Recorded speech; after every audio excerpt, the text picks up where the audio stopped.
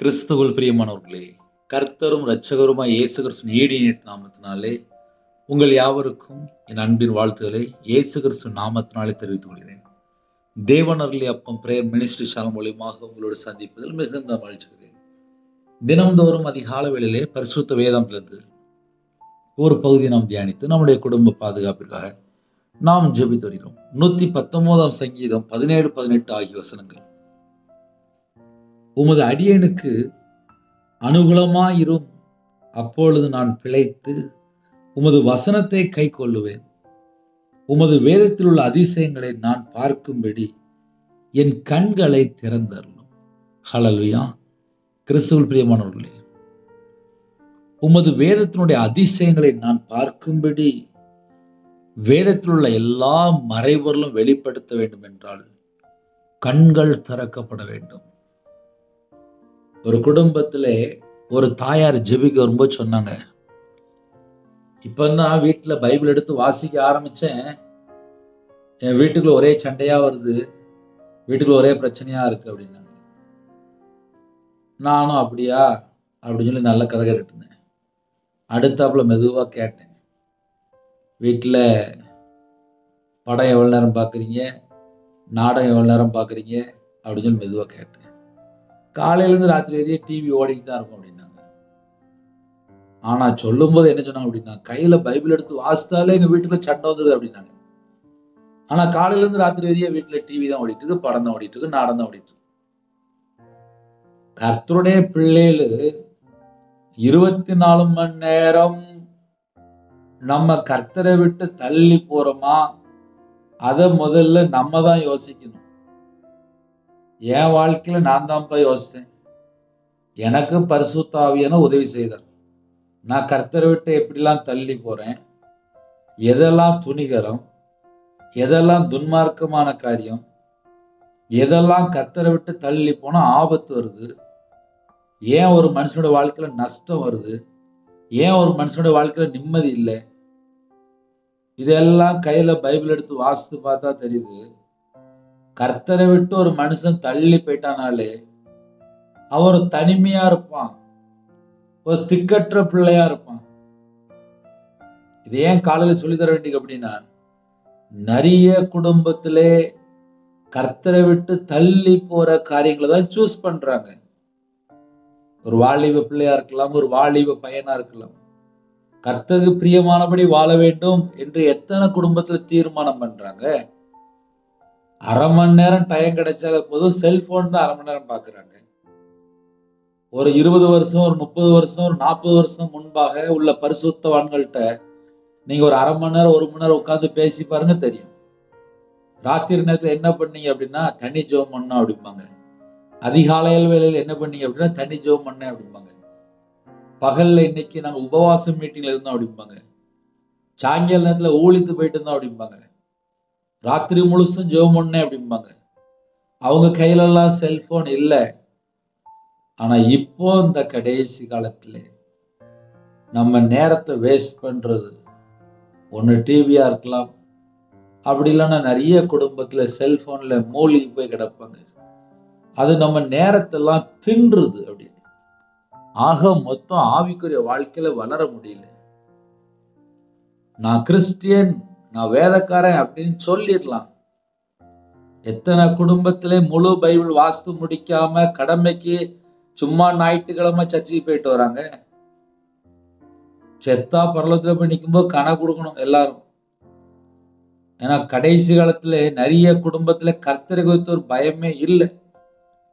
பிள்ளைகளுக்கும் பைபிள் வாசிக்க சொல்லிக் கொடுக்க கிடையாது, அவங்களும் கையில பைபிள் எடுத்து வாசிக்க கிடையாது. இப்படிதான் நிறைய குடும்பத்துல போயிட்டு இருக்கு. இன்னைக்கு உள்ள செய்தி என்ன தெரியுமா? உமது வேதத்தில் உள்ள அதிசயங்களை நான் பார்க்கும்படிக்கு என் கண்களை திறந்தரணும் என்ற சில குடும்பத்துல ஜெபிக்க வரும்போது சொல்லுவாங்க, பைபிள் வாசித்தா புரிய மாட்டுது பிரதர்.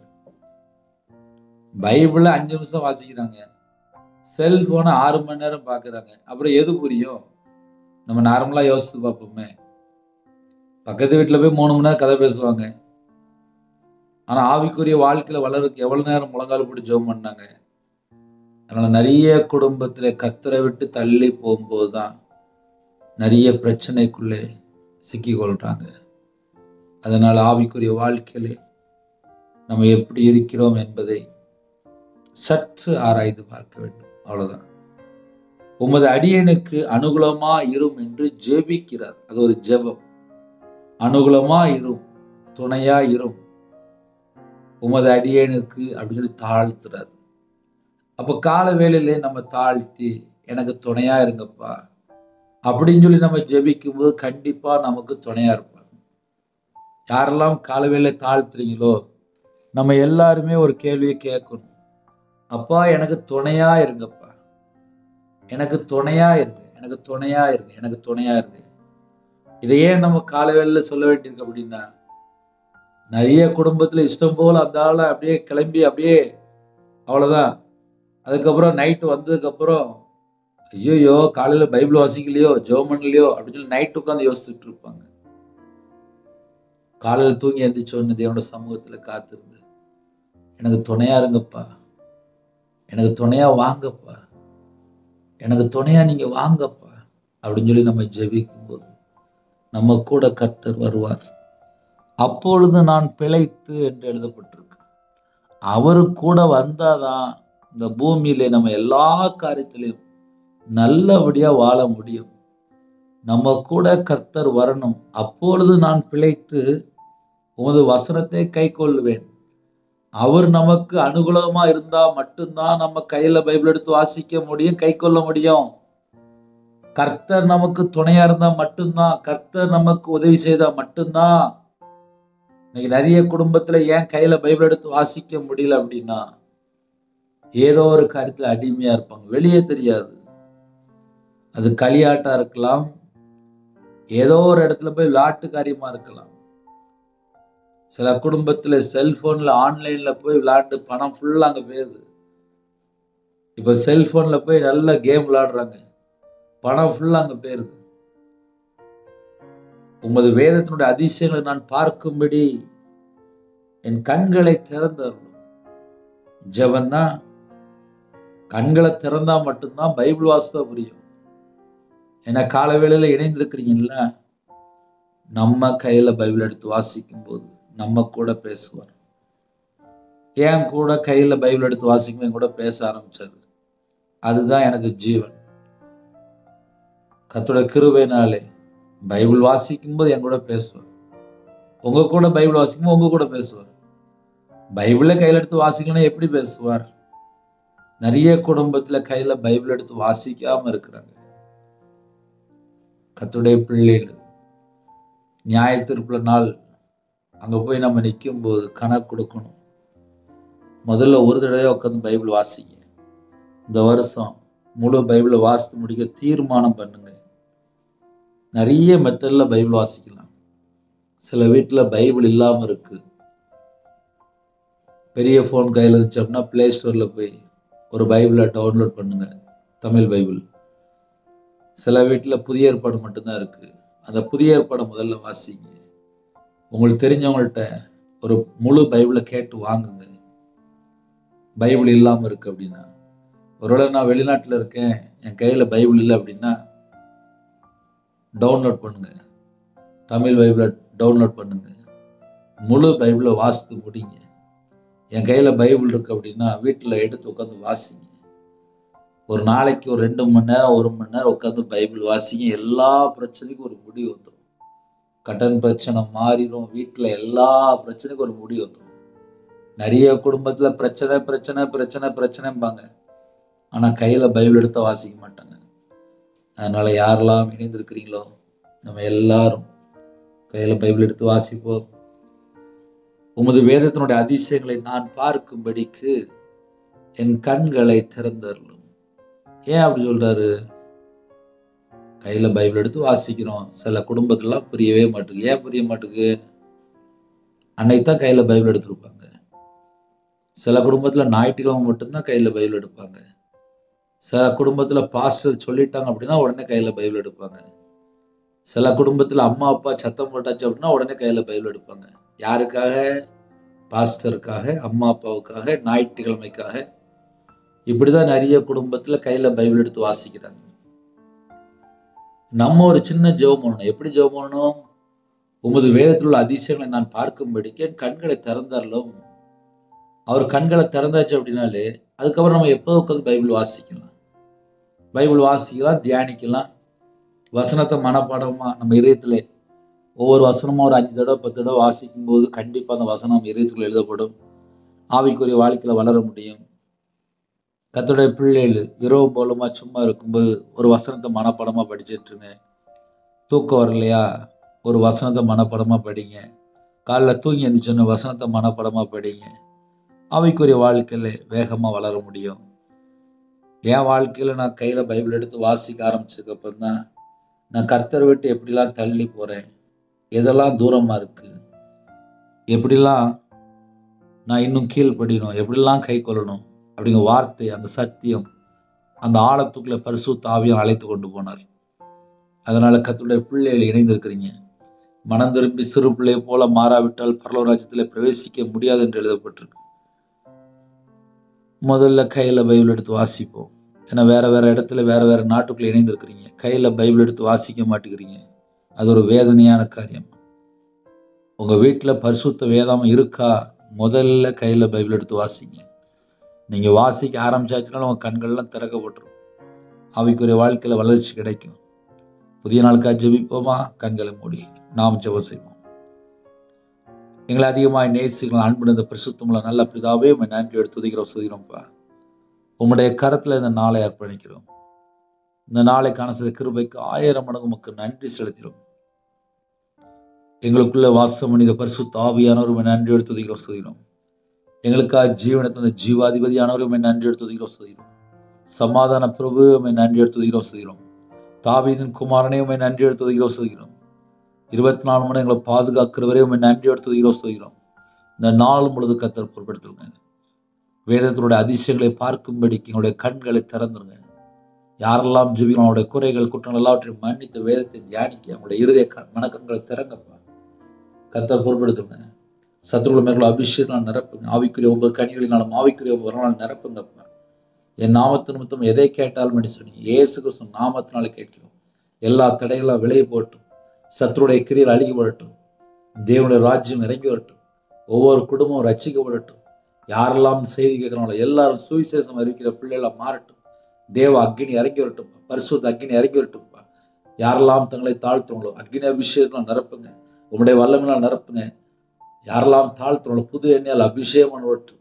எல்லா குடும்பத்தையும் கர்த்தர் ஆசீர்வதிங்க. எந்தெந்த குடும்பத்துக்கு விரோதமாக சத்துரு கிரியை செய்து கொண்டு காணும் எல்லா கிரிகளும் இயேசு கிறிஸ்து ரத்தத்தினாலே இயேசு கிறிஸ்து நாமத்தை சுட்டெறியப்படட்டும். எல்லா குடும்பத்தையும் கர்த்தர் ஆசீர்வதிங்க. கர்த்தர் ஆசீர்வதிங்க. கர்த்தர் ஆசீர்வதிங்க. சிறுபிள்ளை முதற்கொண்டு முதியோர் எல்லா குடும்பத்தையும் கர்த்தர் ஆசீர்வதிங்க. பழனிகளை திறந்து பண்டசாலை திறந்து ஆசீர்வதிங்கப்பா. இந்த நாளில் உமக்கு பிரியமானபடி நாங்கள் வாழ வேண்டும். எங்களோட ஆவி ஆத்துமா சரீரம் சிந்தனை நினைவு எல்லாம் உங்களுடைய ஜீவன் கற்பனைக்கிறோம். பிறந்தநாள் கொண்டாடுறாங்க, திருமணநாள் கொண்டாடுறாங்க. கர்த்தர் 1000 மடங்கு ஆசீர்வதிங்கப்பா. அவங்களோட மன விருப்பத்தை கர்த்தர் நிறைவேற்றினாங்க. யாரெல்லாம் தங்களை தாழ்த்துங்களோ எல்லா குடும்பமும் உங்களோட ரத்த கோட்டைகளை வேலை அடைத்து மூடி மறைத்து பாதுகாத்துங்க. பிறந்த நாள் கொண்டாடுறாங்கப்பா. அவங்களோட வாழ்க்கையில சகலமான ஆசீர்வாதம் பெற்றுக்கொண்டு கற்பதனையா ஜெபிக்கிறாங்க. தடைகளை நீக்கி கற்பதனை ஆசீர்வதிங்க. மாசமா இருக்காங்க, குறைகள் குற்றங்கள் எல்லாவற்றையும் மன்னிங்கப்பா. உங்க பிள்ளையோட வாழ்க்கையிலே அப்பா தாயும் பிள்ளையுமா கர்த்தர் ஆசீர்வதித்த கிருபைக்காக நன்றி. அந்த குடும்பம் பள்ளியை பெருகணும். டாக்டர் இப்படி சொல்லிக்கான்னு சொல்லி நிறைய காரியங்களை யோசிக்கிறேன். எல்லாவற்றையும் கர்த்தர் மாற்றித்தாங்க. பிள்ளைகள் ஆசிரியங்க டெலிவரி போடுறாங்க. வைத்தியர் கூட இருங்கப்பா. நார்மல் டெலிவரி திருமண தேவைக்கு ஜெபிக்கிறேன். பிள்ளைகள் வயசு அதிகமாயிட்டு போகுது. ஏற்ற துணையை தாங்க. திருமணம் முடிந்ததுக்கு அப்புறம் நிம்மதியில்லா சில காரியங்கள் கர்த்தரை விட்டு தள்ளி போற பாவ அடிமைகள் அந்த எல்லா செத்த கிரியெல்லாம் இயேசு கிறிஸ்து ரத்தத்தினாலே நாமத்தை சுட்டெறியப்படட்டும். சரீரத்தில் பலவீனத்தோட ஹாஸ்பிட்டலில் படுத்த படுக்கல எந்தெந்த குடும்பத்தில் இருக்காங்களோ அந்த எல்லா குடும்பமும் இயேசு கிறிஸ்து ரத்தத்தினாலே நாமத்தை சுட்டெறியப்படட்டும்ப்பா. இணைந்திருக்கிற எல்லா குடும்பமும் அப்பா கர்த்தர் சந்திக்கணும். ஒவ்வொரு குடும்பத்தையும் உங்களுடைய தழும்புல கருத்துல தொட்டு சுகமாக்கித்தாங்க. தொட்டு சுகமாக்கித்தாங்க. தொட்டு சுகமாக்கித்தாங்க. எல்லா குடும்பத்தையும் கர்த்தர் ஆசீர்வதிங்க. யாரெல்லாம் அர்ப்பணிக்கிறாங்களோ அவங்களோட வாழ்க்கையில என்னென்ன காரியத்தில் தடை இருக்கும் எல்லா தடையெல்லாம் நீக்கி ஆசீர்வதிங்க. இந்த நாளில் ஜெபிக்கிற எல்லா குடும்பமும் பரிபூர்ணமாக ஆசீர்வதிக்கப்படட்டும். எத்தனையோ தேசத்துல இணைந்திருக்காங்க. அவங்களோட வாழ்க்கையில என்னென்ன தடை இருக்கும் எல்லா தடையெல்லாம் நீக்கி ஆசீர்வதிங்க. வெளிநாட்டில் இருக்காங்க. அந்த குடும்பத்தை கர்த்தர் வேலை அடைத்து பாதுகாத்துங்கப்பா. கவர்மெண்ட் வேலைக்காக ஜெபிக்கிறாங்க, டெம்பரரி வேலைக்காக ஜெபிக்கிறாங்க, வெளிநாட்டு போறதுக்காக ஜெபிக்கிறாங்க. எல்லா தடையெல்லாம் நீக்கி ஆசிரிங்க. வீடு கட்டுறாங்க, வண்டி ஆசைப்படுறாங்க, எல்லா தடையெல்லாம் நீக்கி கர்த்தர் எங்களுக்கு ஒரு நல்ல வாகனம் தாங்க, சொந்த வீடு வாங்க கர்த்தர் கிருபை செய்யுங்க. எல்லா தடையெல்லாம் நீக்கி ஆசிரிங்க. வீடு கட்டிட்டு இருக்காங்க, தடையில்லாமல் கட்ட முடியாத கிருபை செய்யுங்க. காலை வேளையில வாட்ச்மேன் ஜெபிக்கிறாங்க, செக்யூரிட்டி ஜெபிக்கிறாங்க, போலீஸ் ஆபீசர் ஜெபிக்கிறாங்க, ஆர்மியில ஜெபிக்கிறாங்க, அதிகாரிகள் ஜெபிக்கிறாங்க, டீச்சர் ஜெபிக்கிறாங்க, டாக்டர் ஜெபிக்கிறாங்க, நர்ஸ் ஜெபிக்கிறாங்க, விவசாயி ஜெபிக்கிறாங்க. காலை வேளையில போட் தொழில் போடுறாங்க. இன்னுமா காலை வேளையில யாரெல்லாம் இணைந்திருக்காங்களோ எல்லாரையும் உங்களுடைய கரத்தில் அப்படிங்கிறோம். பஸ்ல போறாங்க, கார்ல போறாங்க, ட்ரெயின்ல போறாங்க, ஃபிளைட்ல போறாங்க, டிரைவிங் லைன்ல இருக்காங்க. எல்லாருக்கும் கர்த்தருடைய பாதுகாப்பு வேணும். உம்முடைய பாதவில் அர்ப்பணிக்கிறோம். குறைகள் குற்றங்கள் எல்லாவற்றையும் மன்னித்து கர்த்தர் வேலை அடைத்து 1000 மடங்கு ஆசிரியப்பா. இந்த நாளை பொருட்படுத்துவங்க. உமக்கு பிரியமானபடி வாழ வேண்டும். எக்ஸாம் எழுதுற பிள்ளைகளுக்கு ஸ்தோத்திரப்பா. எக்ஸாம் எழுதுற பிள்ளைகளுக்கு கர்த்தர் ஆசிரியப்பா. கர்த்தர் உங்க பிள்ளைகளோட புறப்பட்டு போங்க. பிள்ளைகளை விசேஷமாக பிள்ளைகளோட கரத்தை கர்த்தர் பிடிங்க. தேவ ஞானத்தினாலே தேவ புத்தினால் நிரப்புங்க ராஜா. எந்தெந்த இடத்துக்குள்ள எக்ஸாம் எழுதுறாங்களோ எல்லா பிள்ளைகளுக்கு கர்த்தர் சந்திக்க வேண்டும். ஒவ்வொரு குடும்பத்துக்கு கர்த்தர் சந்திக்கணும்ப்பா. இந்த நாளை விசேஷமா ஆசீர்வதித்தாங்க. சிறு பிள்ளை முதல் கொண்டு முதியோர்கள் எல்லா குடும்பத்துக்கு கர்த்தர் ஆசீர்வதிங்க. எத்தனையோ தேசத்துல இணைந்திருக்காங்க. அந்த குடும்பத்தோட வேதனைகள் துக்கம் எல்லாவற்றையும் நீக்கி ஆசீர்வதிங்க. கடன் பிரச்சனையில கஷ்டப்படுறாங்கப்பா. அந்த கடன் பிரச்சனைக்கு ஒரு முடிவு கொண்டு வாங்கப்பா. எல்லா உபத்திரத்துல கர்த்தர் மாற்றித்தாங்க. எல்லா உபத்திரத்துல கர்த்தர் மாற்றித்தாங்க. இந்த நாளில் எந்தெந்த குடும்பத்துல அவசர தேவைக்கா ஜெபிக்கிறாங்களோ எல்லா தேவைகள் எல்லாம் கர்த்தர் சந்திங்கப்பா. கர்த்தர் சந்திங்க, கர்த்தர் சந்திங்க, கர்த்தர் சந்திங்க. ஒவ்வொரு குடும்பத்தையும் உங்களுடைய கரத்துல அர்ப்பணிக்கிறோம்ப்பா. இந்த நாளில் உங்க பிள்ளைகளோட எல்லா தேவையில சந்திங்க ராஜா. விசேஷமாக அதிகால வேளையில எந்தெந்த காரியத்துக்காக துக்கத்தோடு வேதனை இருக்கிறவங்களோ அந்த எல்லா துக்கமான காரியம், வேதனையான காரியம் எல்லாவற்றையும் நீக்கி எல்லா தடையெல்லாம் நீக்கி உங்களுடைய இதயத்துக்குள்ள தேவ சமாதானம் நிரப்பி ஆசுவீங்க. இந்த நாளும் ஜெபிக்கிற ஒவ்வொரு குடும்பத்தையும் கர்த்தர் பொறுப்படுத்துங்க. மிஷனரிமார்க்கா வருகிறோம்ப்பா. ஒவ்வொரு குடும்பத்தையும் கர்த்தர் சந்திங்க ராஜா. அவங்களுடைய தேவைகள் எல்லாம் கர்த்தர் சந்திங்க. உங்க நாம மட்டுமே விடட்டும். உங்களுடைய கரத்தில் அர்ப்பணிக்கும். தேவனர்களே அப்போ மினிஸ்டரில் ஆசீர்வதித்தாங்க. சிறு பிள்ளை முதல் கொண்டு முதியோர்கள் எல்லாரையும் கர்த்தர் பொறுப்படுத்துங்க. முதியோர்கள் இருக்காங்க, ஹாஸ்டல்ல இருக்காங்க, ஹோம்ல இருக்காங்க, எல்லா குடும்பத்தையும் கர்த்தர் ஆசீர்வதிங்க. கர்த்தர் பொறுப்படுத்துங்க. துதி கன மகிமை எல்லாம் ஒருக்கே செலுத்திடுவோம். இயேசு கிறிஸ்து பிதாவே ஆமென். தேவனுக்கே மகிமையுள்ளதாக. கர்த்தர் தாமே உங்களையும் உங்கள் குடும்பத்தையும் சகல காரியத்திலும் சம்பூர்ணமாக திருப்தியாக கர்த்தர் கொடுத்து பரிபூர்ணமாக ஆசீர்வதிப்பாராக. ஆமென். கர்த்தராகிய இயேசு கிறிஸ்துவின் கிருபையும் பிதாவாகிய அன்பும் பரிசுத்தனோட ஐக்கியமும் இப்பொழுது எப்பொழுது சதா காலங்களிலும் நம்மளோடு கொடுப்பதாக. ஆமென். கிறிஸ்துவில் பிரியமானவர்களே, தொடர்ந்து எங்களுடைய ஊழியக்காக ஜெபித்துள்ளார்கள். 93630641 நம்பத்தில் கொண்டால் நாங்கள் உங்களுக்காக குடும்பத்துக்காக ஜெபிப்போம். நீங்களும் எங்களுடைய ஊழியக்காக தொடர்ந்து ஜெபித்துள்ளார்கள். God bless you.